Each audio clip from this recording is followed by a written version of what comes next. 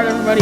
Welcome back to the Power Podcast. It is the Friday podcast where I take the top 5 games of this week. So let's get right into it. We got a pretty good week coming up. So the first one I'm picking is Oklahoma State at Kansas State. You know, after 2 tough losses, both of these teams got a tough loss. Kansas State got embarrassed by BYU, quite frankly, and Oklahoma State lost a close one to Utah. But each one is looking to bounce back. You know, Kansas State's defense gave up 88 rushing yards and 149 passing yards. But what hurt them was throwing 2 interceptions, and they fumbled the ball 2 times. They picked it up 1 time, but still, that's not good. Oklahoma State threw for 237 yards and rushed for 48 yards. They had 2 touchdowns and 2 interceptions as well. They threw for 2 interceptions and 2 touchdowns. So, you know, Ollie Gordon, I think he needs to be playing better. I feel like he's kind of had a disappointing season to me, and some people might say, well, he's still really good, but I just think he hasn't been playing up to his expectations, and he needs to be held up to that high standard because Oklahoma State really needs him to do good. You know, I think even though it's Kansas State, I think Oklahoma State has a slightly better defense, and it's at Kansas State, but I just think they will bounce back more from a tough loss at Utah than Kansas State will be able to.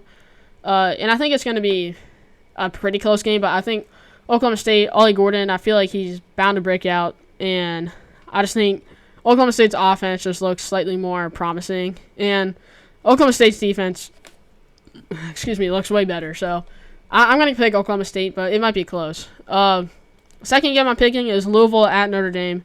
This is a ranked-on-ranked matchup as well. And against Georgia Tech, Louisville let Haynes King, who was their quarterback, run for 58 yards on them, and he also passed for 312 yards. Against Miami, Ohio, Riley Leonard ran for 143 yards and passed for 154. So, you know, you look at that and you say, so Louisville let up pretty decent amount of rushing yards to Haynes King, and he also passed for 300 yards, and Riley Leonard just ran for 143 yards and passed for 150, so that's kind of concerning if you're a Louisville fan. It seems like Riley Leonard might expose that run defense.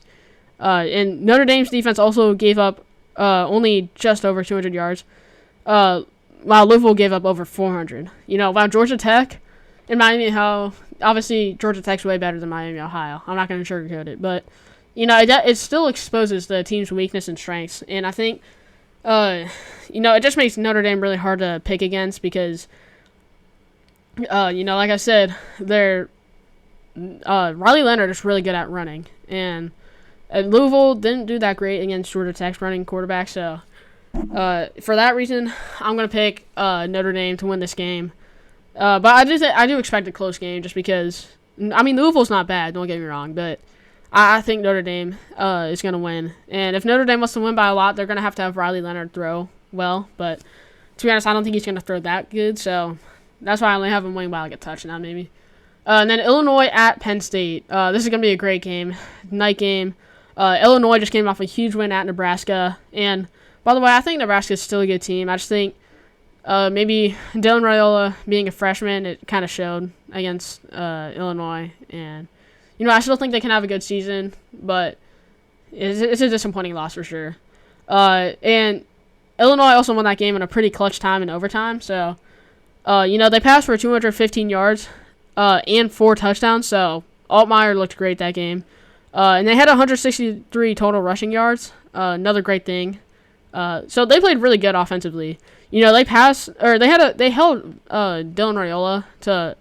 I mean, Dylan Raiola played great, but for Illinois' defense to do that, it was pretty impressive. You know, he just had under 300 yards. Well, he did have 3 touchdowns. He also threw a pick. So Illinois' defense played pretty well. And they only ran for 49 yards. So that's great to see if you're an Illinois fan. However, Penn State absolutely throttled Kent State. They had 409 passing yards and 309 rushing yards. I think they set like a school record or something, or broke one, or it's like one of the school records. So that's insane. You know, Drew Aller, he had 3 touchdowns and 0 picks. Pretty good to see if you're a Penn State fan. And you know, it is hard to go on how much of it was Penn State being good or just Kent State being trash, because I think Kent State might be one of the worst teams in the league. But you know, this game is going to be a night game at Beaver Stadium, which I think is probably the hardest place to play at in college football. And because of that, I just think night game, Penn State, I think Drew Aller still played. I think Penn State still looks great. I think Penn State squeaks out a win at home against a very good Illinois team. So the next game I have, I don't know, some people might not agree with this, let's just say, for being a top 5 game, but I have Maryland at Indiana. Like I said, some people might not agree with this, but when there's games like Wisconsin and USC and North Carolina versus Duke, I think people might say that's a bigger game.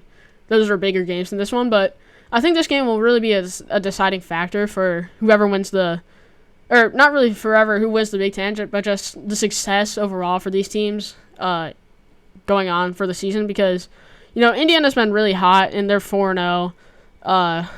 If you want to check out some stuff I've been talking about Indiana, go watch the Monday podcast, because I went to a little bit more in depth of them, but they've been absolutely throttling their opponents so far, and they have been playing nobodies, to be honest, but still, what they've been doing is impressive. Their quarterback, 1,000 yards, 8 touchdowns, it's really impressive. Maryland is 3-1. They beat 3 really easy teams, and they lost to Michigan State by 3 points at home.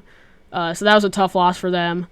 But if Maryland, I will say Maryland only beat Villanova by 18 points, which is kind of concerning to me, just because I feel like they should have beat them by a lot more. And Maryland, if they can beat Indiana, it's going to be a good win for them, because it'll kind of set them up for success.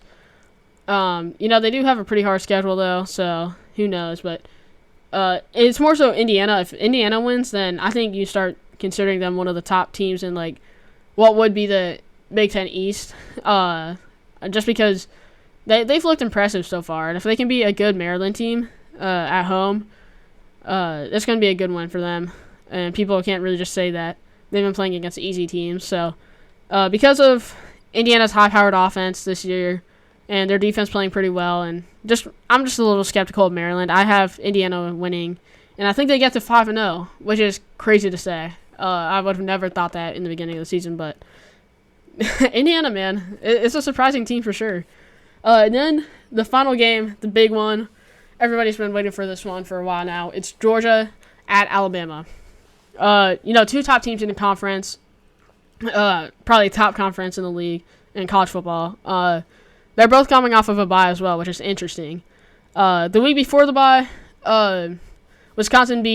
Alabama beat Wisconsin 42-10 on the road, and Georgia barely squeaked by Kentucky. It's going to be a night game in Tuscaloosa.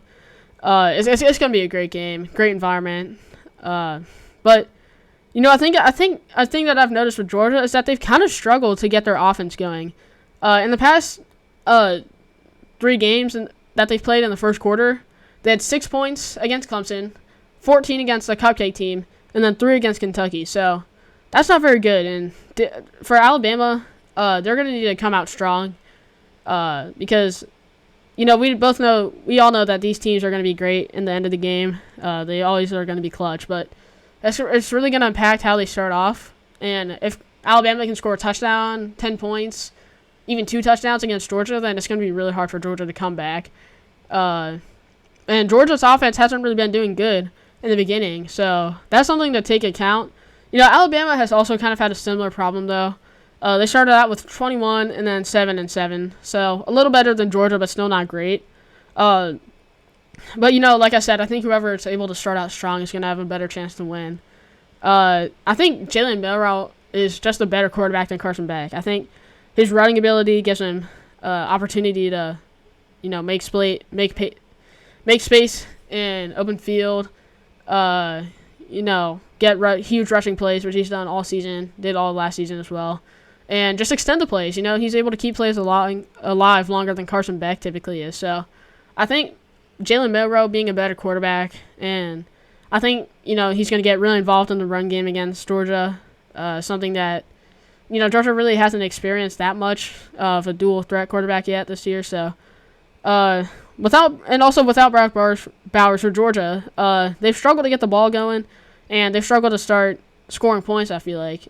They've had good offensive games, but against the Bama defense, it's going to be tough. And because of that, I think Bama's defense is going to just be good enough to hold Georgia, and I think Milroe will lead Alabama to a win at home over Georgia. So let me know if you guys agree with that. That game could really go either way. But I just think Alabama's going to get the upset at home because, everything I said. So thank you so much for watching this podcast. I hope you guys enjoyed it. And be sure to leave a like and subscribe if you want to see another one. So, bye.